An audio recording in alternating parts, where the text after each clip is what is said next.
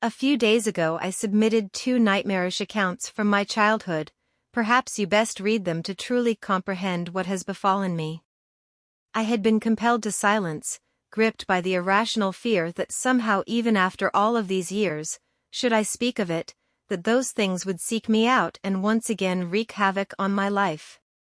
In the name of science and reason I confronted those fears and set out to vanquish those tormented memories once and for all by sharing them with others, exposing them for what I believed they were, the delusions of a troubled child. I have held on to my skepticism and rationality for dear life. I have allowed them to define me, but this morning I was presented with verifiable, physical evidence. Evidence of what I do not know, but it cannot be ignored, and it seems strange to me that the last few days have been so tainted by apprehension and misfortune after finally breaking my silence, that I can no longer rely upon entirely conventional explanations. In the wake of sharing those traumatic experiences I had as a child, I have been plagued by an overwhelming sense of unease.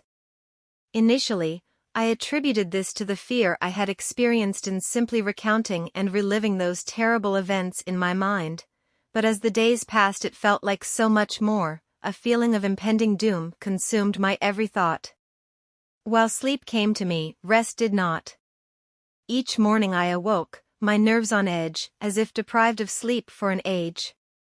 Nothing overtly frightening happened during the first few nights, no visitation, no unwelcome bedfellows, no wheezing breaths reaching out from deep within my bedroom walls, but I had that distantly familiar feeling of not being alone.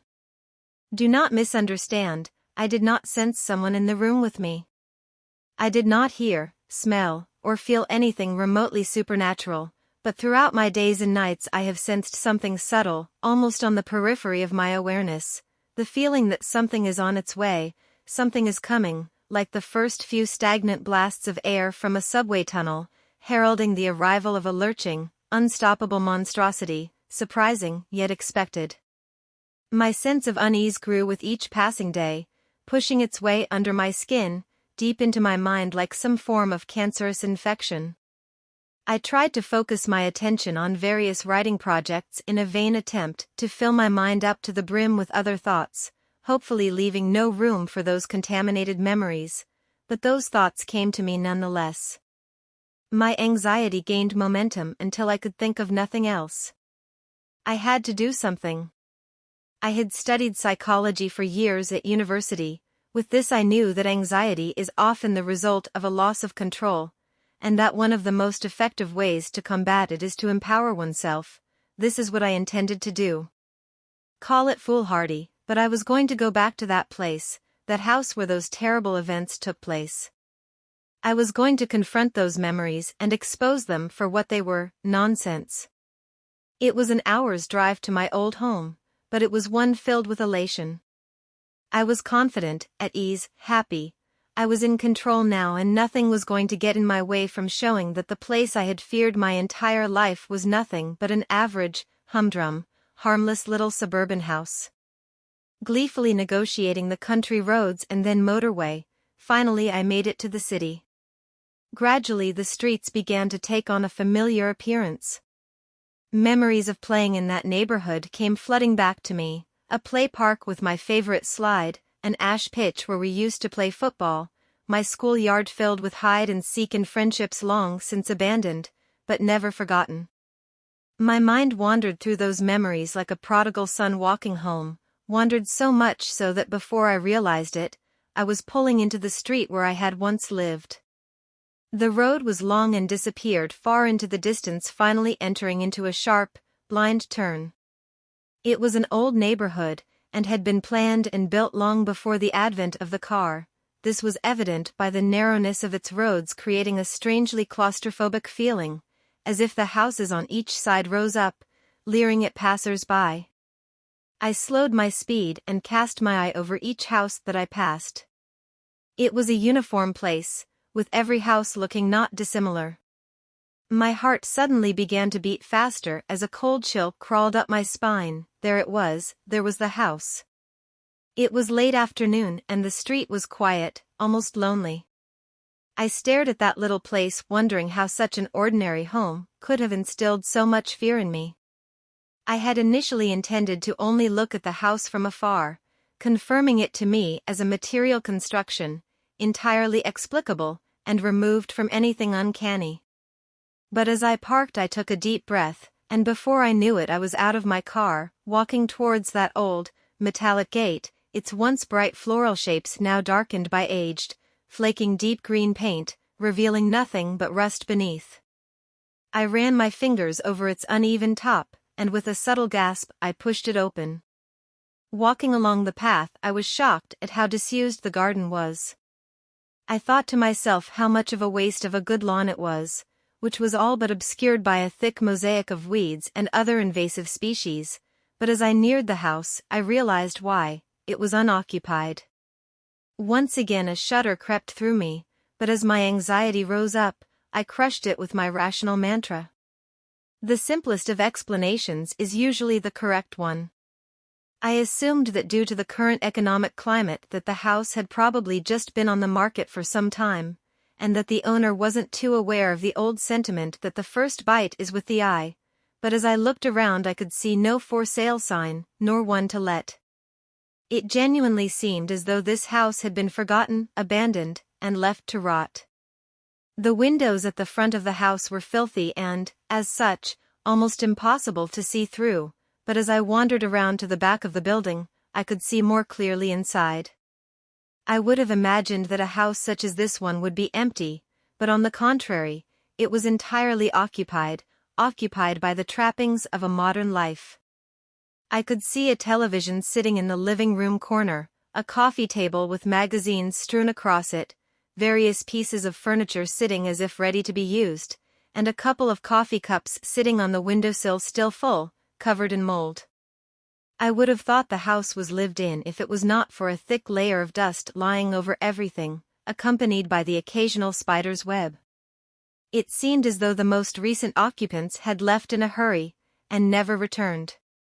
Clambering through a sea of waist-high grass and bushes, I eventually arrived at that innocuous little window at the back of the house. The very sight of it frightened me, but this was mere memory and not the strange feeling of being watched from within as I had experienced as a child. Peering in, the room looked eerily familiar. I suppose there is little that can be done with a room so small, so oddly narrow, but through the dirt-covered glass the room looked almost unchanged from when I had slept in it.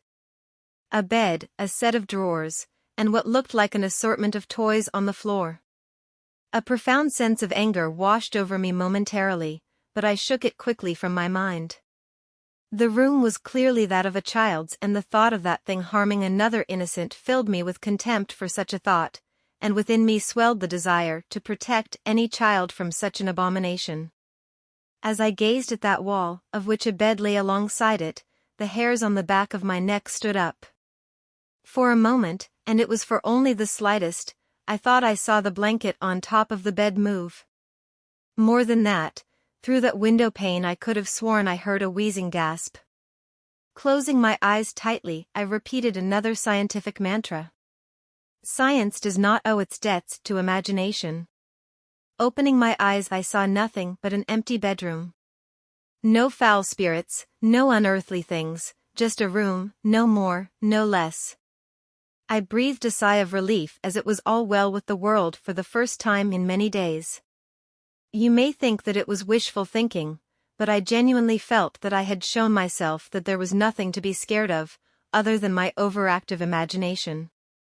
It was starting to get dark and I wanted to be home before the night. Filled with confidence now that my anxieties were behind me, there was one last thing I needed to do.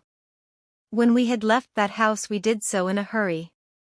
As a child it was disorientating, even frightening to leave everything I knew behind, but there was one thing left which I always wondered about.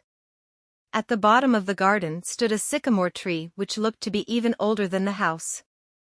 I was amazed at how unchanged it was. I had grown up, gone on to pastures new, but the old sycamore still stood, wise though warm, almost friendly in its appearance. I think it's a rite of passage for any child to have a place to hide things. It's often their first experience with independence, something removed from any authority figure. For me, my stash was halfway up the old sycamore. I'm sure I must have looked like a fool, but I happily and gleefully climbed the tree with abandon. The configuration of the branches had changed in places, but overall the happy memories of playing amongst the limbs of the old sycamore, of having a little piece of the world to myself away from everyone else, seemed vivid as it was remarkable how much remained unchanged. Halfway up I caught my breath and smiled to myself. In the central trunk of the tree lay a hollow. Whether it had been created by an animal, or perhaps the tug of a gale on a weakened branch long ago, I do not know, but it was where I kept things. If I found something which I was sure would be taken from me for being inappropriate, into the hollow it would go. The truth is, though, that the majority of the items inside were not very interesting, mostly just toys and rarely exotic pieces of contraband like a slingshot or some smoke bombs. I had no reason to hide the toys, but when I was young it felt adventurous to have a secret. The hollow was dark and filled halfway with rotting leaves, no doubt deposited there from countless autumns. Nevertheless I reached deep inside to see what remained. I couldn't believe it. I had found a toy that I had hidden there before we moved, all those years ago. I could feel the plastic in my hand, its sharp edges unmistakable, but the leaves and darkness of the hollow obscured its view from me as I struggled to remove it from the thick, wet mixture of rotting leaves and rainwater. It seemed to be caught amongst a collection of small twigs. The reason I was so excited was that I knew when we moved that I had left one of my favorite toys behind, a small plastic First World War British soldier. It may not sound like much, but I had grown up on my family's stories of my grandfather's adventures during both wars, and while he had passed away before I was born, I would often act out exaggerated versions of the stories with this small soldier in the role of the hero, my intrepid grandfather. At the time I thought a hollow the perfect hiding place for a soldier. My delight, however, quickly turned to horror. I felt sick to my stomach, for as I pulled the soldier out, I realized it was not my toy, but something else entirely.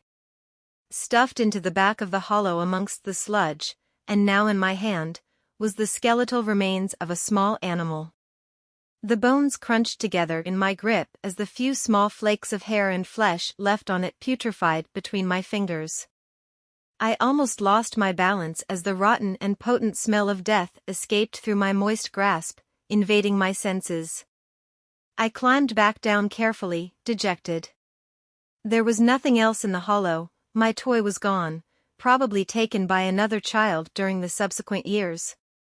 What remained of the poor animal, I buried under some loose earth in the garden. I left that place immediately. Despite my unfortunate encounter in the hollow, I still felt empowered. That I had actually plucked up the courage to revisit that place, to see how ordinary it really was, made me feel in control once more of my faculties. I did not at that time require anything other than a conventional explanation. I said goodbye to the old neighborhood, to that bad memory once and for all, and began to make my way home. By the time I had driven onto the motorway, something had begun to filter through from the back of my subconscious.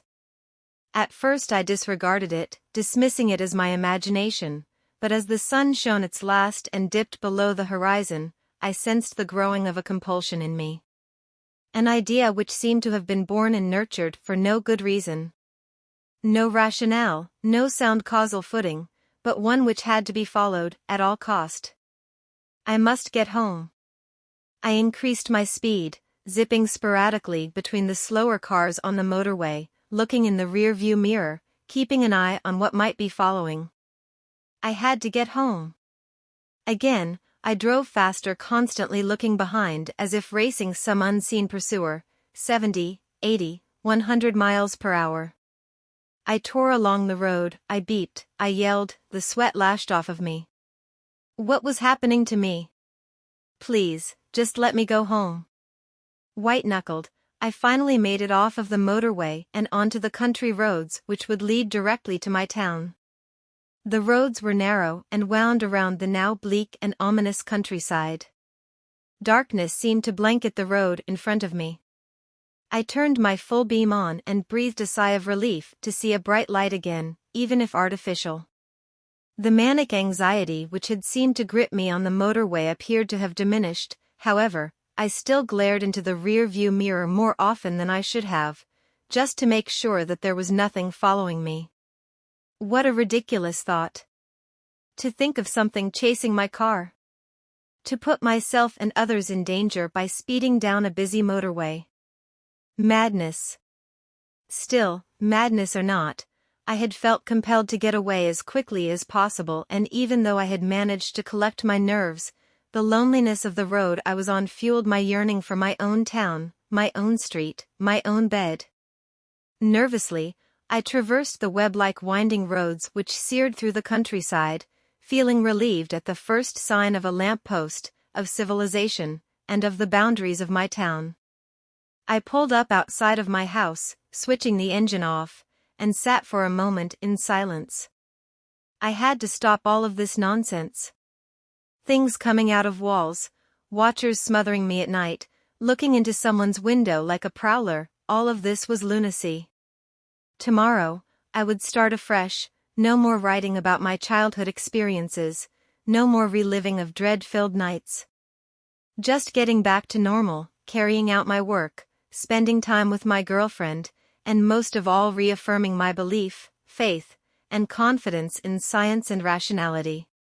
Then the thing in the back seat leant over, grabbed me by the shoulder and breathed a foul, rancid breath from deep inside its lungs down the back of my neck. I scrambled for the door, my arms flailing around looking for the lock. Fear possessed me, shook me, a fear I remembered all too well, a fear from all those years ago, lying awake at night in that sickening room. The inside of the car had grown much colder, but that was nothing compared to the icy fingers burrowing into my shoulder. I honestly thought I was going to die, that this thing would finally get its way after all this time. The door handle popped in my panicked grip and I fell out of the driver's seat onto the pavement. For the briefest of moments I thought I caught a glimpse of something in the back seat, vague, the form of an old man, yet twisted and distorted, grinning from ear to ear. Luckily there was no one around, as had there been I would have appeared a mad fool, for the car was empty. I grabbed the keys from the ignition and booted the door shut with my foot, locking it for the night. I staggered down the path and into my house. I'm not going to lie to you, but I drank myself to sleep last night. You may recall that I said I had evidence, actual physical evidence of something unnatural. You might be wondering what that evidence is. Well, I could say that it was the marks on my shoulder that made me shudder with fear, or I could tell you that my bedroom window lying prized open this morning, by what looked like claw marks, has left me dreading tonight, or any other. But no, none of that scared me as much as what I saw today upon waking. Sometimes the most frightening of messages are the most simple, for lying on my chest as I awoke this morning, was a toy soldier, the soldier I had hidden in that hollow all those years ago, returned to me as an adult, bitten in half.